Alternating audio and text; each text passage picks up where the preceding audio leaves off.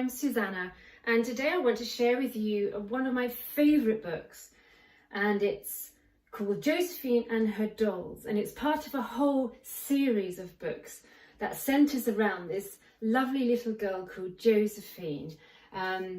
She's a little 8-year-old girl, she's an only child, and she has a whole load of dolls in her nursery, and she brings them to life. They go through lots of adventures together.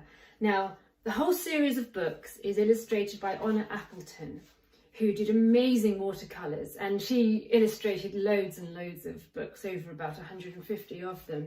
But the actual story is written by Mrs. H.C. Craddock.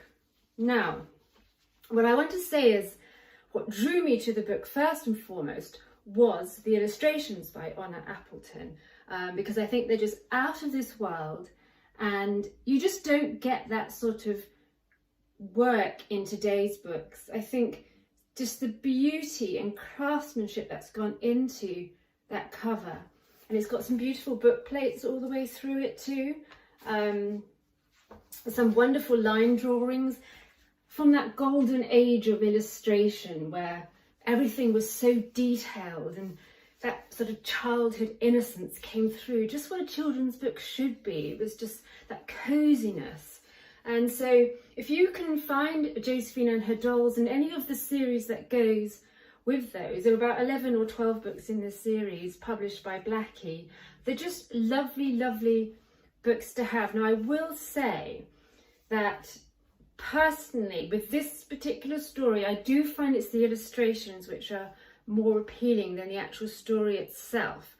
And the reason for that is it was written in 1916, which of course is slap bang in the middle of the First World War. And if you are familiar with children's books around that era, maybe you are, maybe you're not, but you'll notice that there are a lot of stories themed about the war because of the era. Propaganda, maybe. And it's a little bit heartbreaking, really, that children growing up innocent, just having their childhood, read stories about soldiers and fighting, and this particular story, the war comes through a lot. You know, such a beautiful innocent cover, and then when you actually read the story, it's not one of those cozy stories, so it's not something you take to bed and read to have a good cozy read or read to your grandchild. You might have to explain a bit why the Germans comes up a lot, and soldiers and fighting, and it just seems such a shame that it's not a criticism of the book, it's just of the era. It's written at that time when, you know, where childhood's robbed. You know, they should be reading stories about happy, playful adventures. But here Josephine is just turning her dolls into a battle troop, basically. Well, what I've done is just given you a little few excerpts from the book so you can see for yourself. But I do recommend you investigating the series, at least just for the illustrations, because Honor's watercolours, once you get into Appleton, you'll just be totally addicted. So here's just one more I'll show you.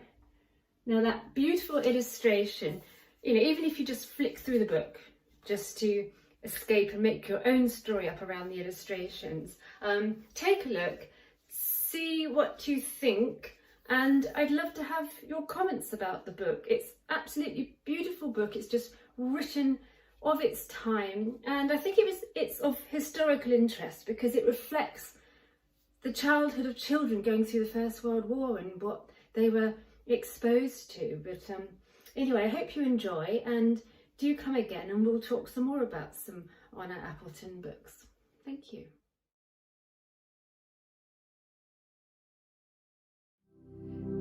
Josephine and Her Dolls.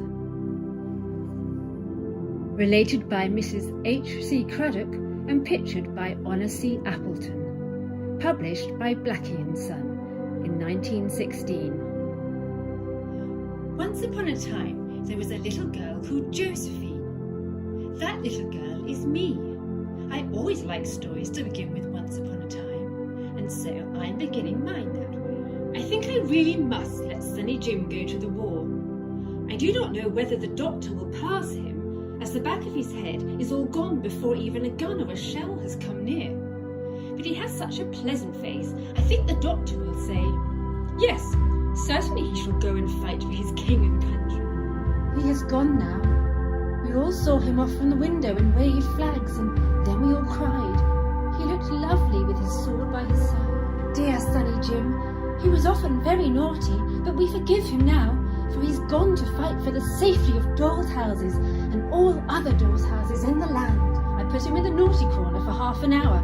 He is quite the naughtiest boy in the nursery. He looks naughty. I don't know how it is, but the boys are generally more naughty than the girls. Amy is the goodest of all. The only trouble I have with her is that she cries so easily. Well, school was rather sad this morning because of Sonny Jim. He is very clever about his sums, and tables especially. He knows as far as 4 times 12, and you can dodge him anyhow you like, but he always knows. School lasted all the morning until I had to go out for a walk. First it was sums. Patrick got all his sums right the first time, so I put him at the top of the class, which pleased him very much.